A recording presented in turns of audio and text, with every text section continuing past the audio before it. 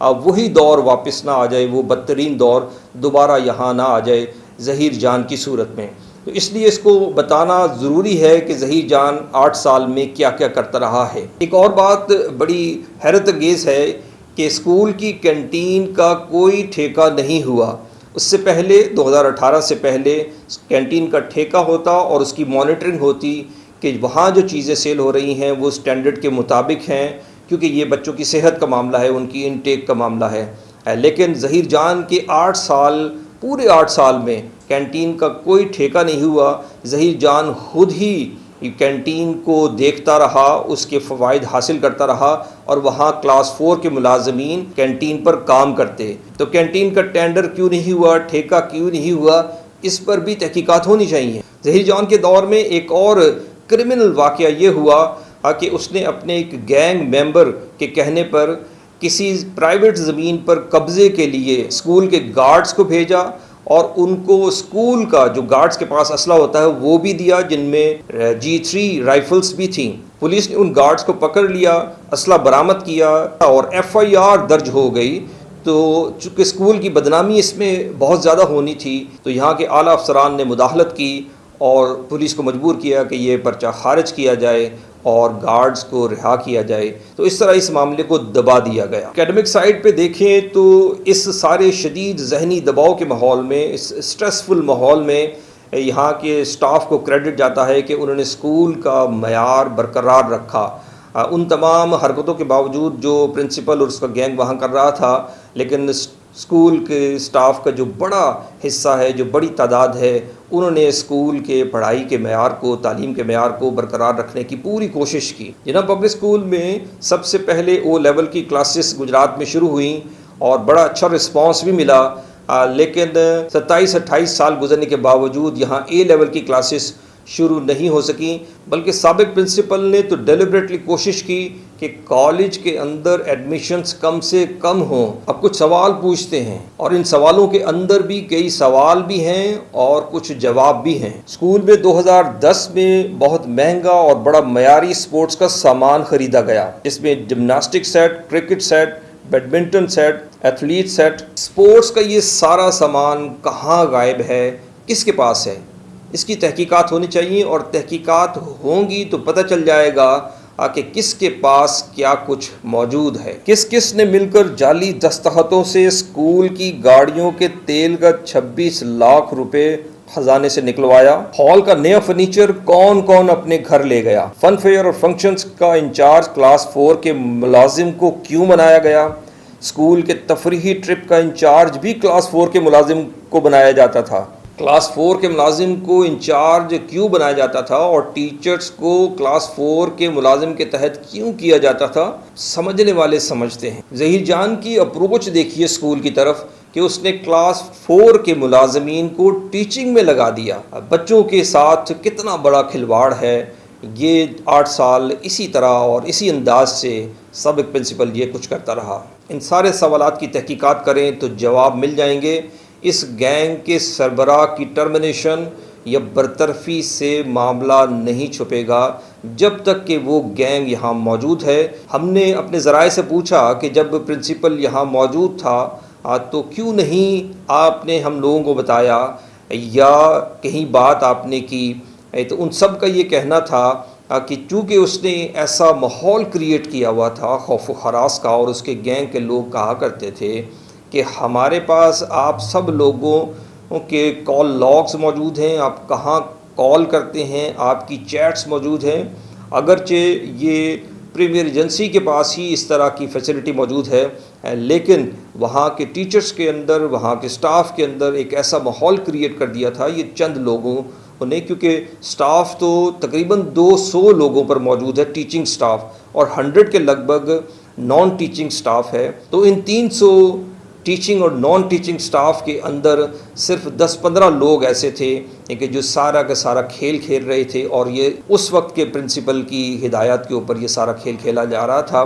ہم نے اس گینگ کے لوگوں کے نام نہیں بتائے اور نہ ان کی پوزیشنز کا بتایا ہے کہ کون مالی ہے، کون ڈرائیور ہے، کون گارڈ ہے، کون ایڈمن آفس میں کس ذمہ داری پہ ہے، ہم نے یہ ابھی نہیں بتایا۔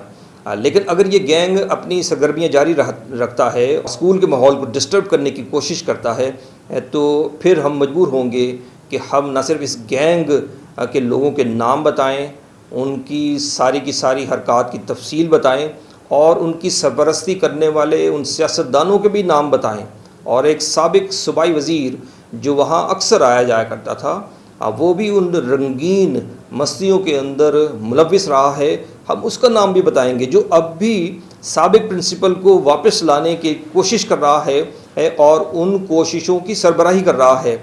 وہاں اس کے لوگ بتاتے ہیں سابق پرنسپل واپس آ رہا ہے، تو یہ گینگ جب یہ کہتا ہے کہ سابق پرنسپل واپس آ رہا ہے، ہم دوبارہ اسی اختیار میں چلے جائیں گے جس میں پہلے تھے، تو اس سے اسکول کے اندر ایک غیر یقینی ماحول پیدا ہوتا ہے، ایک خوف کا ماحول پیدا ہوتا ہے، جو ہم کسی صورت نہیں چاہیں گے کہ وہ ماحول دوبارہ پیدا ہو۔ اور اس حوالے سے ڈی سی بھی ڈٹرمنڈ ہیں، اور جس طرح ہمیں بتایا جاتا ہے کہ بہت ساری سفارشی کالز بھی آئیں، لیکن ڈی سی نے انہیں فلیٹلی نو کر دیا، تو یہ ان کا کریجس سٹیپ ہے۔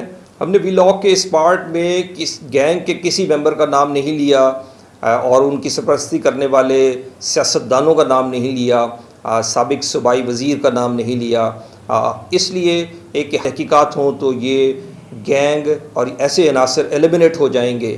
ایسے عناصر کا ایلیمنیٹ ہونا بہت ضروری ہے، اور خاص طور پر اگر وہ اپنی سرگرمیاں اور اپنی حرکتیں جاری رکھتے ہیں۔ سابق پرنسپل ظہیر جان کے 8 سالہ دور کے بارے میں بڑی معلومات ہیں، جزیات کے ساتھ تفصیل موجود ہے، لیکن ہم اسی پر اکتفا کریں گے۔